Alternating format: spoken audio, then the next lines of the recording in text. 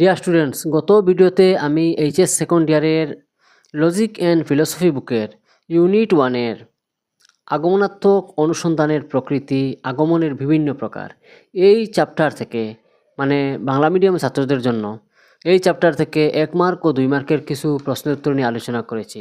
তো আজকে আলোচনা করব কিছু ব্রড প্রশ্ন নিয়ে। তো 4 মার্ক ও 6 মার্ক থাকবে ওগুলোতে। তো প্রথমেই 4 মার্কের কিছু প্রশ্নের উত্তর নিয়ে আলোচনা করছি। তো প্রথমে আছে বৈজ্ঞানিক এবং অবৈজ্ঞানিক আগমনের মধ্যে বৈসাদৃশ্য বা পার্থক্যগুলি কী কী আলোচনা করো। তো উত্তর হবে বৈজ্ঞানিক আগমনের ভিত্তি 2 প্রকারের, নিরীক্ষণ আর পরীক্ষণ, কিন্তু অবৈজ্ঞানিক আগমনের ভিত্তি কেবলমাত্র নিরীক্ষণ।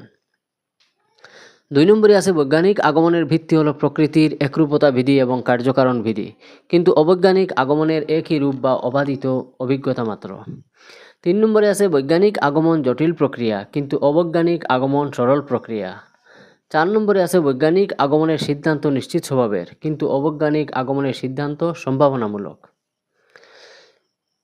পরের প্রশ্ন হচ্ছে সাদৃশ্যানুমান কয় প্রকার ও কী কী। উত্তর হবে সাদৃশ্যানুমান 2 প্রকারের, যথা সুসাদৃশ্যানুমান আর 2 নম্বর হচ্ছে কুসাদৃশ্যানুমান। এবারে সুসাদৃশ্যানুমানের সংজ্ঞা। সুসাদৃশ্যানুমান হলো সেই অনুমান যাতে দুটি জিনিসের মধ্যে মৌলিক সাদৃশ্যের ভিত্তিতে সিদ্ধান্ত প্রতিষ্ঠিত হয়। উদাহরণস্বরূপ, পৃথিবীর এবং মঙ্গল গ্রহের মধ্যে কতকগুলি বিষয়ে সাদৃশ্য আছে, যেমন আবহাওয়া, মাটি, সমুদ্র, মেরুপ্রদেশ, উত্তাপ ইত্যাদি। পৃথিবীতে জনবসতি আছে, মঙ্গল গ্রহেও জনবসতি আছে। এবারে কুসাদৃশ্যানুমানের সংজ্ঞা।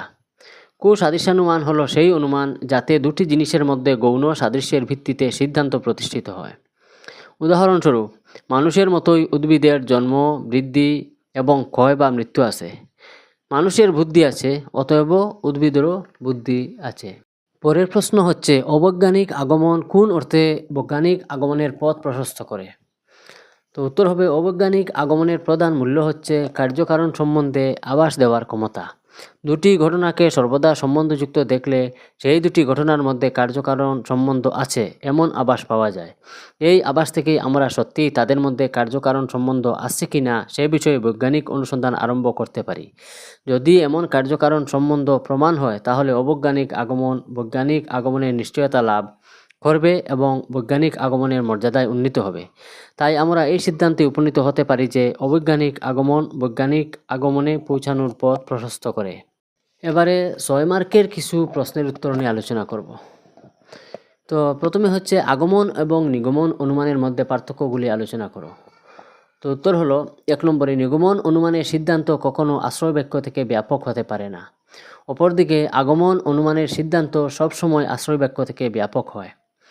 2 নম্বরে হচ্ছে নিগমন অনুমানে আমরা সামান্য বচন থেকে বিশেষ বচনে উপনীত হই, অন্যদিকে আগমন অনুমানে আমরা বিশেষ বচন থেকে সামান্য বচনে উপনীত হই। 3 নম্বরে আছে নিগমন অনুমান শুধুমাত্র আকারগত সত্যতার সঙ্গে জড়িত, অন্যদিকে আগমন অনুমান আকারগত এবং বস্তুগত দুটি সত্যতার সঙ্গে জড়িত। পরে 4 নম্বরে আছে নিগম অনুমানের সিদ্ধান্ত আশ্রয় বাক্য থেকে অনিবার্যভাবে নিঃসৃত হয়, অন্যদিকে আগমন অনুমান সিদ্ধান্ত আশ্রয় বাক্য থেকে অনিবার্যভাবে নিঃসৃত হয় না। 5 নম্বরে হলো নিগমন অনুমানে আশ্রয় বাক্যকে সত্য বলে করে নেওয়া হয়, অপরদিকে আগমন অনুমানে আশ্রয় বাক্যকে পর্যবেক্ষণ দ্বারা গ্রহণ করা হয়। 6 নম্বরে হলো নিগমন অনুমানের সিদ্ধান্তটি সর্বদা নিশ্চিত স্বভাবের হয়, অন্যদিকে আগমন অনুমানের সিদ্ধান্তটি সর্বদা সম্ভাবনামূলক হয়। পরের প্রশ্ন হচ্ছে বৈজ্ঞানিক আগমন কাকে বলে। বৈজ্ঞানিক আগমনের বৈশিষ্ট্যগুলি কী কী। উত্তর হবে যে অনুমানে কোনো বস্তু বা ঘটনার বিশেষ বিশেষ দৃষ্টান্ত পর্যবেক্ষণ করে প্রকৃতির একরূপতা বিধি এবং কার্যকারণ বিধির উপরে বিশ্বাসের ভিত্তিতে একটি যথার্থ সামান্য বচন প্রতিষ্ঠা করা হয়, তাকে বৈজ্ঞানিক আগমন বলে।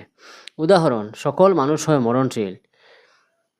বৈজ্ঞানিক আগমনের বৈশিষ্ট্যগুলি হলো 1 নম্বরে বৈজ্ঞানিক আগমন একটি যথার্থ সামান্য বচন প্রতিষ্ঠা করে। 2 নম্বরে বৈজ্ঞানিক আগমনের দৃষ্টান্ত পর্যবেক্ষণের উপর নির্ভর করে। 3 নম্বরে বৈজ্ঞানিক আগমনে একটি আগমনাত্মক ঝাপ বা সংকট থাকে। 4 নম্বরে বৈজ্ঞানিক আগমন দুটি পূর্বস্বীকৃত নীতির উপর নির্ভর করে। তার মধ্যে একটা হচ্ছে প্রকৃতির একরূপতা নীতি এবং আরেকটা হচ্ছে কার্যকারণ নীতি। 5 নম্বরে হচ্ছে বৈজ্ঞানিক আগমনের সিদ্ধান্ত কার্যকারণ সম্বন্ধের ভিত্তিতে প্রতিষ্ঠিত হওয়ায় নিশ্চিত স্বভাবের হয়। পরের প্রশ্ন হচ্ছে অবৈজ্ঞানিক আগমন কাকে বলে? অবৈজ্ঞানিক আগমনের বৈশিষ্ট্যগুলি কী কী? প্রশ্নটা অন্যভাবে হতে পারে, অপূর্ণ গণনাভিত্তিক আগমন কাকে বলে? অপূর্ণ গণনাভিত্তিক আগমনের বৈশিষ্ট্যগুলি কী কী? তো উত্তর হবে, যে আগমনে কোনো বস্তু বা ঘটনার বিশেষ বিশেষ দৃষ্টান্ত পর্যবেক্ষণ করে কোনো কার্যকারণ সম্বন্ধের উপর ভিত্তি না করে কেবলমাত্র অবাধিত অভিজ্ঞতার উপর নির্ভর করে একটি যথার্থ সামান্যবচন প্রতিষ্ঠা করে তাকে অবৈজ্ঞানিক আগমন বলে। উদাহরণ, সব কাক হয় কালো। অবৈজ্ঞানিক আগমনের বৈশিষ্ট্য এবারে 1 নম্বরে আছে অবৈজ্ঞানিক আগমন একটি যথার্থ সামান্যবচন প্রতিষ্ঠা করে। পরে আছে অবৈজ্ঞানিক আগমনে এই সামান্য বচনটি বিশেষ বিশেষ দৃষ্টান্তের পর্যবেক্ষণের উপর নির্ভরশীল। পরেরটা হচ্ছে অবৈজ্ঞানিক আগমনে আগমনাত্মক ঝাপ থাকে। পরেরটা 4 নম্বরে অবৈজ্ঞানিক আগমনে সামান্যীকরণ করা হয় অবাধিত অভিজ্ঞতার ভিত্তিতে। পরে 5 নম্বরে আছে অবৈজ্ঞানিক আগমনে কার্যকারণ বিধির উপর নির্ভর করে না। পরে 6 নম্বরে হচ্ছে অবৈজ্ঞানিক আগমনে সিদ্ধান্ত সম্ভাবনামূলক হয়। পরের প্রশ্ন হচ্ছে সাদৃশ্যানুমান কাকে বলে? এর বৈশিষ্ট্যগুলি আলোচনা করো। তো উত্তর হবে, সাদৃশ্যানুমান হলো এমন একটি আগমন অনুমান যাতে দুটি জিনিসের মধ্যে কয়েকটি গুণের সাদৃশ্যের ভিত্তিতে আমরা অনুমান করি যে তাদের মধ্যে অপর একটি গুণের সাদৃশ্য থাকবে। উদাহরণস্বরূপ, পৃথিবীর এবং মঙ্গল গ্রহের মধ্যে কতকগুলি বিষয়ে সাদৃশ্য আছে, যেমন আবহাওয়া, মাটি, সমুদ্র, মেরু প্রদেশ, উত্তাপ ইত্যাদি। পৃথিবীতে জনবসতি আছে, অথবা মঙ্গল গ্রহেও জনবসতি আছে। এবারে সাদৃশ্যানুমানের বৈশিষ্ট্যগুলো হলো, 1 নম্বরে সাদৃশ্যানুমান এমন একটি অনুমান যেখানে আমরা বিশেষ একটা দৃষ্টান্ত থেকে অন্য একটি বিশেষ দৃষ্টান্তে যাই। 2 নম্বরে হলো সাদৃশ্যানুমান দুটি বস্তুর মধ্যে কিছু সংখ্যক সদৃশ গুণের ভিত্তিতে প্রতিষ্ঠিত হয়। 3 নম্বরে সাদৃশ্যানুমান কার্যকারণ সম্বন্ধের উপর প্রতিষ্ঠিত হয় না। 4 নম্বরে সাদৃশ্যানুমানে আগমনাত্মক ঝাপ থাকে। 5 নম্বরে সাদৃশ্যানুমানের সিদ্ধান্ত সম্ভাবনামূলক হয়। 6 নম্বরে সাদৃশ্যানুমান 2 প্রকারের হয়, তার মধ্যে একটা হচ্ছে সুসাদৃশ্যানুমান আর আরেকটা হচ্ছে কুসাদৃশ্যানুমান। এবারে পরের প্রশ্ন হচ্ছে সাদৃশ্যানুমান এবং বৈজ্ঞানিক আগমনের মধ্যে সাদৃশ্য এবং বৈসাদৃশ্যগুলি কী কী? তো উত্তর হবে, সাদৃশ্যানুমান এবং বৈজ্ঞানিক আগমনের মধ্যে সাদৃশ্যগুলো হলো, 1 নম্বরে সাদৃশ্যানুমান এবং বৈজ্ঞানিক আগমন উভয়ই প্রকৃত আগমনের প্রকার। 2 নম্বরে আছে উভয়ের মধ্যে আগমনাত্মক ঝাপ আছে। 3 নম্বরে উভয়েরই দৃষ্টান্ত পর্যবেক্ষণের ভিত্তিতে প্রতিষ্ঠিত।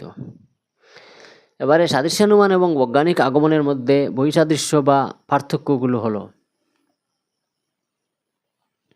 1 নম্বরে সাদৃশ্যানুমানে আমরা বিশেষ থেকে বিশেষে উপনীত হই, কিন্তু বৈজ্ঞানিক আগমনে আমরা বিশেষ থেকে সামান্যে উপনীত হই।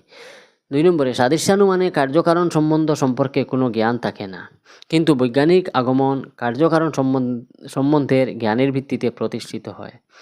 3 নম্বরে আছে সাদৃশ্যানুমানের সিদ্ধান্ত সম্ভাবনামূলক হয়, কিন্তু বৈজ্ঞানিক আগমনের সিদ্ধান্ত নিশ্চিত স্বভাবের হয়। পরের প্রশ্ন হচ্ছে সাদৃশ্যানুমান এবং অবৈজ্ঞানিক আগমনের মধ্যে সাদৃশ্য এবং বৈসাদৃশ্যগুলি কী কী আলোচনা করো।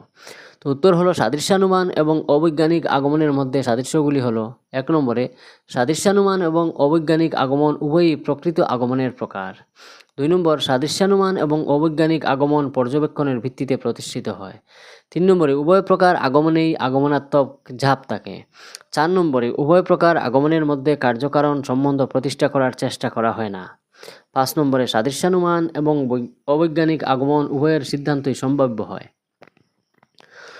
এবারে সাদৃশ্যানুমান এবং অবৈজ্ঞানিক আগমনের মধ্যে বৈসাদৃশ্য বা পার্থক্যগুলি হলো, 1 নম্বরে সাদৃশ্যানুমানে আমরা বিশেষ থেকে বিশেষে উপনীত হই, কিন্তু অবৈজ্ঞানিক আগমনে আমরা বিশেষ থেকে সামান্যে উপনীত হই।